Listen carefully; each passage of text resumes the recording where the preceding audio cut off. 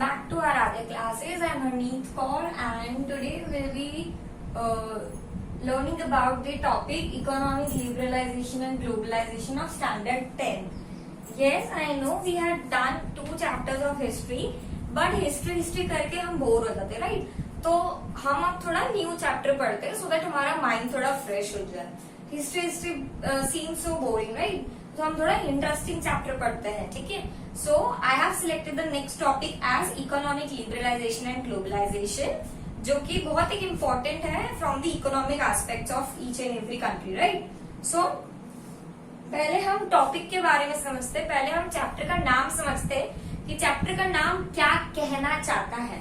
सो economic का मतलब क्या होता है. इकोनॉमिक एक सब्जेक्ट होता है, इकोनॉमिक एक स्टडी होती है. इकोनॉमी की स्टडी को इकोनॉमिक्स कहते हैं, ठीक है.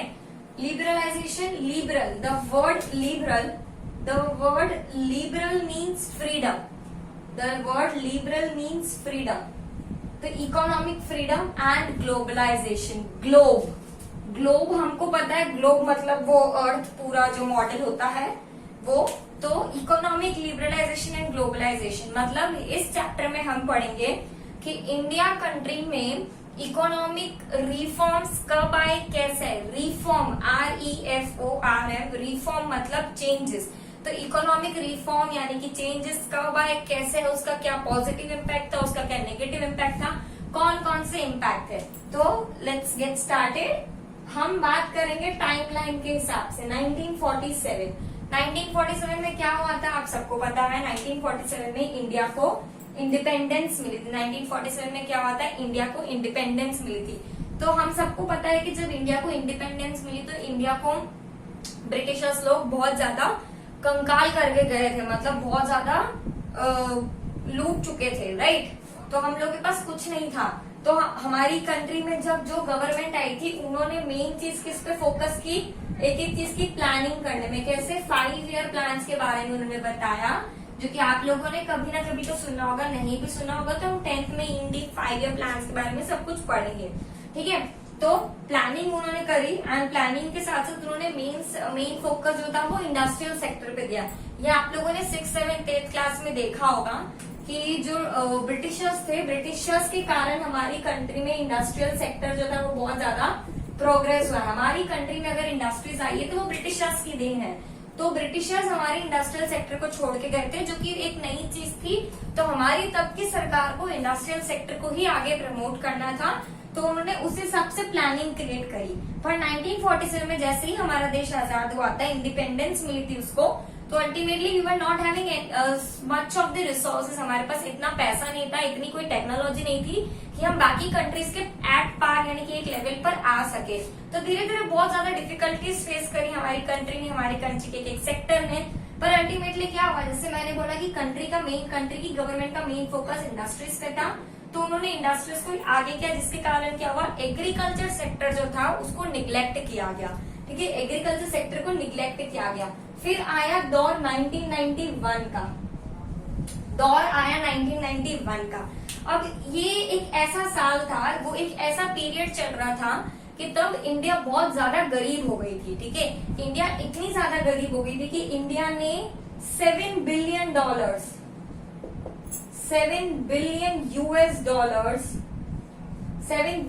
US का लोन लिया था वर्ल्ड बैंक से. ये सब आपकी बुक में शायद नहीं होगा, पर टॉपिक रिलेटेड है तो मैं आपको बता रही हूँ. 1991 के टाइम पीरियड में इंडिया इतनी गरीब हो चुकी थी कि इंडिया ने वर्ल्ड बैंक से $7 बिलियन का लोन लिया था, सो दैट वो अपनी इकोनॉमी को ऊपर ला सके. और तब किसकी गवर्नमेंट थी, तब जो प्राइम मिनिस्टर थे, ये आपकी जनरल नॉलेज के हिसाब से, बिकॉज ये जो 1991 की LPG पॉलिसीज है ये बहुत इंपॉर्टेंट है. अगर आप कोई इन फ्यूचर कॉम्पिटिटिव एग्जाम्स भी देते हो तब भी ये बहुत इंपॉर्टेंट है. PM थे नरसिम्हा राव. स्कैम 1992 देखिए सबने, नहीं देखी तो देखिए. स्कैम 1992 में नरसिम्हा राव की बात की गई है. अगर आप लोगों ने देखी तो आप लोगों ने उसमें देखा होगा कि हर्षद मेहता बताता है कि भाई मेरे से इतने पैसे, वो प्रेस कॉन्फ्रेंस में पैसे बताता है कि प्रधानमंत्री ने मुझसे इतने पैसे मंगाए थे। तो प्रधानमंत्री कौन था? नरसिम्हा राव थे। और फाइनेंस मिनिस्टर कौन थे उस टाइम के, जिनके कारण जिनका ये दिमाग था ये सारी पॉलिसीज लाने का? Finance minister was doctor Manmohan Singh. We are well known how educated he is. He is a degree holder in 14 courses, 14 courses. He is the most intelligent political leader in the entire world. ठीक है, तो he was the finance minister of that time and ये सारी economic policies किसके हाथ में होती है? फाइनेंस मिनिस्टर के हाथ में होती है। तो 1991 के टाइम में जितनी भी पॉलिसीज अभी हम इस चैप्टर के बारे में पढ़ने वाले हैं वो सारी इन दोनों की लाई हुई चीजें थी। And I must say people से कि इतने साल क्या हुआ, अगर ये सारी पॉलिसीज आज नहीं होती तो शायद हमारा देश उतना ही पिछड़ा हुआ रहता। ठीक है, आज अगर हमारे कंट्री के पीपल बाहर जाके इन्वेस्ट कर पा रहे हैं, बाहर से इन्वेस्टमेंट आ पा रहे हैं, हमारी कंट्री के लोग बाहर जाके रह पा रहे हैं, तो it is just due to these policies only. ठीक है, so let's get back to the topic. Actually we were on the topic only but I was giving just some general information, right. So 1991 में हमारा देश इतना गरीब हो गया था कि उसने वर्ल्ड बैंक से $7 बिलियन US का लोन लिया था और उसने कुछ इकोनॉमिक रिफॉर्म्स लाए थे जिसको बहुत फेमसली LPG के नाम से जानते हैं। LPG, this is not liquid petroleum gas जो हमारे घर में होती है। This is L for liberalization, P for privatization, G for globalization. तो हम इस चैप्टर में इन तीन चीजों के बारे में पढ़ेंगे कि लिबरलाइजेशन क्या है, प्राइवेटाइजेशन क्या है एंड ग्लोबलाइजेशन क्या है। ठीक है, तो I hope I am very well clear with the topic. मुझे मेन आपको टॉपिक का मतलब समझाना था कि ताकि आपको मैं टॉपिक से वेल वर्स कर सकूं, सो दैट आपको कोई भी इस चैप्टर में कोई भी अगर डेफिनेशन आती तो वो ऐसा ना लगे कि वो आप उस वर्ड से अननोन हो। ठीक है, each and everything should be well versed. So let's begin with the topic of your book. चलिए, सबसे पहला है लिबरलाइजेशन। सबसे पहले अगर हम बात करते हैं तो हम बात करेंगे लिबरलाइजेशन की। जैसे कि मैंने आपको बताया लिबरलाइजेशन का मतलब क्या होता है? फ्रीडम। तो इसका मेन मोटो क्या था? फ्रीडम प्रोवाइड करना। किसको प्रोवाइड करना? अब तो हम किसी की गुलामी में नहीं जी रहे थे, तो हमें अब किस चीज से फ्रीडम चाहिए था? इकोनॉमिक लिबरलाइजेशन मतलब कि पहले क्या होता था कि आपको बहुत सारी इंडस्ट्रियल सेक्टर में अगर आपको पार्टिसिपेट करना है, अगर आपको उसमें इन्वेस्ट करना है या अगर आपको उसकी इंडस्ट्री या फैक्ट्री सेटअप करनी, तो आपको गवर्नमेंट से लाइसेंस लेना पड़ता था। ठीक है, एंड उसका बहुत ज्यादा कॉम्प्लेक्स प्रोसीजर एंड ये सब हुआ करता था। तो LPG यानी लिबरलाइजेशन आने के बाद से उस चीज से आपको फ्रीडम मिला था। ठीक है, फ्रीडम फ्रॉम लाइसेंस। सिर्फ कुछ ऐसी इंडस्ट्रीज थी जिसको अभी भी लाइसेंस के अंदर रखा गया है, जैसे कि ड्रग्स हो गए, सिगरेट हो गया, न्यूक्लियर हो गया, डिफेंस हो गया, ये सब, पेट्रोलियम हो गया, ये सब अभी भी गवर्नमेंट के अंडर, ये इसमें कोई भी लाइसेंस के थ्रू भी एंट्री नहीं ले सकता। ये सिर्फ और सिर्फ वो है, मतलब अल्टीमेटली क्या किया गया? डी लाइसेंसिंग हुई गई। क्या किया गया LPG में? सबसे पहले अगर LPG का क्वेश्चन आता है और आपने अगर ये वर्ड नहीं लिखा है, दैट मीन्स आप अपने मार्क्स खोने के लिए तैयार रहिए। डी लाइसेंसिंग वर्ड आपकी आंसर में होना ही चाहिए।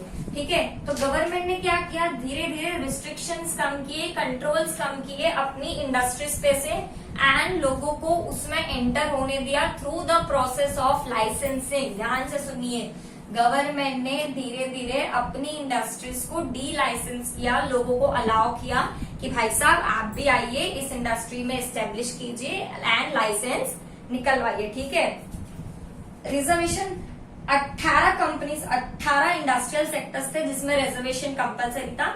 उसमें से गवर्नमेंट ने बहुतों पे से रिस्ट्रिक्शंस हटा दिए। ठीक है, सिर्फ railways, atomic energy and defence were open. ठीक है, जिसमें आपको लाइसेंस चाहिए, लाइसेंस आपको नहीं मिल सकता है क्योंकि गवर्नमेंट के अंडर आती है। ठीक है, tradition of compulsory registration of industries व कैंसिल, मतलब एंड पर कुछ ऐसा भी, कुछ इंडस्ट्रीज ऐसी भी थी कि जिसमें आपको कंपलसरी लाइसेंसिंग की जरूरत नहीं है। जैसे कुछ इंडस्ट्रीज पहले ऐसी थी कि जिसमें आपको कंपलसरी लाइसेंसिंग चाहिए, पर LPG आने के बाद आपको कंपलसरी लाइसेंसिंग की जरूरत नहीं पड़ती। ठीक है, तो अगर लिबरलाइजेशन का क्वेश्चन आता है तो इसका इंट्रोडक्शन दीजिए, इसके एडवांटेजेस लिखिए। हम इसके अब एडवांटेजेस के बारे में पढ़ते हैं। कि हमने पढ़ लिया भाई कि लाइसेंसिंग कम कर दिया, तो इसके कारण क्या हुआ, इसके कारण पहली चीज क्या हुआ कि इंडस्ट्रियल सेक्टर को ग्रोथ मिली। सबसे पहली चीज इसके साथ क्या हुआ, इंडस्ट्रियल सेक्टर को ग्रोथ मिली। ठीक है, सबसे पहली चीज क्या हुई, इंडस्ट्रियल सेक्टर को ग्रोथ मिली। दूसरी क्या हुई कि because of accepting policies global trade started getting an impetus and there has been increase in global trade. Global trade को भी बढ़ावा मिला। अब ग्लोबल ट्रेड को बढ़ावा सिर्फ लिबरलाइजेशन के कारण नहीं मिला, ग्लोबल ट्रेड को बढ़ावा ग्लोबलाइजेशन के कारण भी मिला। These all things are interconnected to each other. ठीक है, एंड थर्ड फायदा क्या हुआ कि फॉरेन ट्रेड जो थे वो इंक्रीज हुए। अब फॉरेन ट्रेड मतलब क्या कि दो कंट्रीज आपस में ट्रेड कर सकती है। ये भी प्राइवेटाइजेशन के कारण हुआ, पर हम इसमें पढ़ सकते हैं क्योंकि लिबरलाइजेशन में हुआ। क्यों, क्योंकि अब डी लाइसेंसिंग हो गया तो बाहर की कंपनी यहाँ पे आके इन्वेस्ट कर सकती है। ठीक है, लिबरलाइजेशन का मेन मोटो क्या था कि हम डी लाइसेंसिंग करें एंड बाहर की कंपनी ज्यादा से ज्यादा हमारी कंट्री में आके इन्वेस्ट करें। ठीक है, तो मेन मोटो जो था वो लिबरलाइजेशन का ये था कि बाहर की कंपनीज हमारी कंट्रीज में आके इन्वेस्ट करें। तो उसके कारण क्या हुआ, इंडस्ट्रियल सेक्टर की ग्रोथ हुई, ग्लोबल ट्रेड में बढ़ावा हुआ, फॉरेन ट्रेड में बढ़ावा हुआ। अब फॉरेन ट्रेड में बढ़ावा होता है तो अल्टीमेटली क्या होता है, फॉरेन एक्सचेंज रिजर्व बढ़ाया जाता है। फॉरेन एक्सचेंज रिजर्व मतलब हमारी, अब क्या होता है, मतलब हर एक कंट्री के पास एक अमाउंट का फॉरेन एक्सचेंज रिजर्व एसेंशियल होता है in the form of gold और एनी अदर सिक्योरिटी। लाइक हमारी कंट्री में कुछ 200 या 215 करोड़ इम्पोर्टेंट है ना। I don't know about the recent data, so ये थे, है ना। अब इसके डिसएडवांटेजेस क्या थे,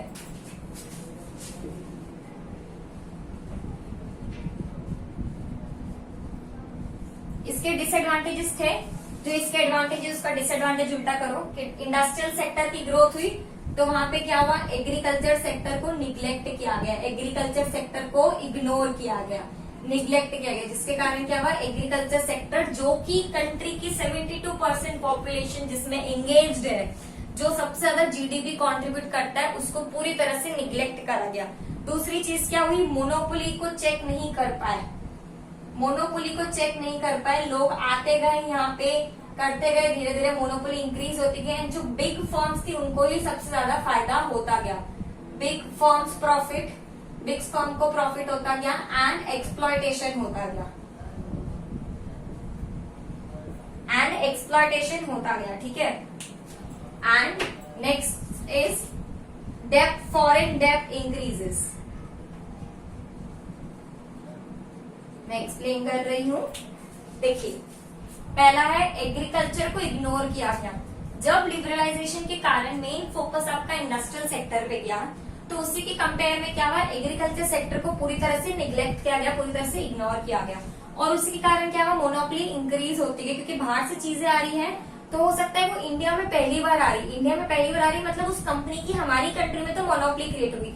मोनोपोली का मतलब क्या होता है कि एक ही इंसान उस चीज को बनाते हैं और बाकी बहुत सारे उसके बायर्स, जैसे रेलवे है, हमारी कंट्री में सिर्फ इंडियन रेलवे है तो उसकी एक मोनोपोली है। ठीक है, फिर बिग फर्म्स को ही प्रॉफिट है, जो बड़ी बड़ी फर्म्स थी उन्हीं को प्रॉफिट हुआ, और एक्सप्लॉयटेशन होता है क्योंकि अल्टीमेटली क्या है कि ग्लोबल ट्रेड इंक्रीज हुआ, यानी कि जो हमारी अपनी कंट्री, हमारी अपनी जो लोकल हैंडीक्राफ्ट या लोकल कंपनीज थी उनको बहुत ज्यादा नुकसान दिया। इसलिए अब के टाइम में what we are doing, support local, local for vocal for local, ये सब हम कैंपेन करते हैं, right. And next is foreign डेप्ट इंक्रीज। डेप्ट मतलब कर्जा, DEBT, इसको डेप्ट नहीं कहते, इसको डेट कहते हैं, डेट कहते हैं, एंड इसका मतलब होता है कर्जा।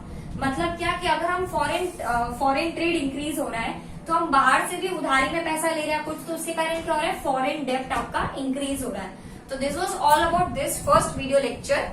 इसमें हमने टॉपिक के बारे में पढ़ा कि टॉपिक का मतलब क्या है, लिबरलाइजेशन के बारे में पढ़ा, उसके एडवांटेज एंड डिसएडवांटेजेस के बारे में पढ़ा। नेक्स्ट वीडियो में हम प्राइवेटाइजेशन एंड ग्लोबलाइजेशन को कवर करने की कोशिश करेंगे। So see you guys in the next video lecture and keep reading it. Thank you.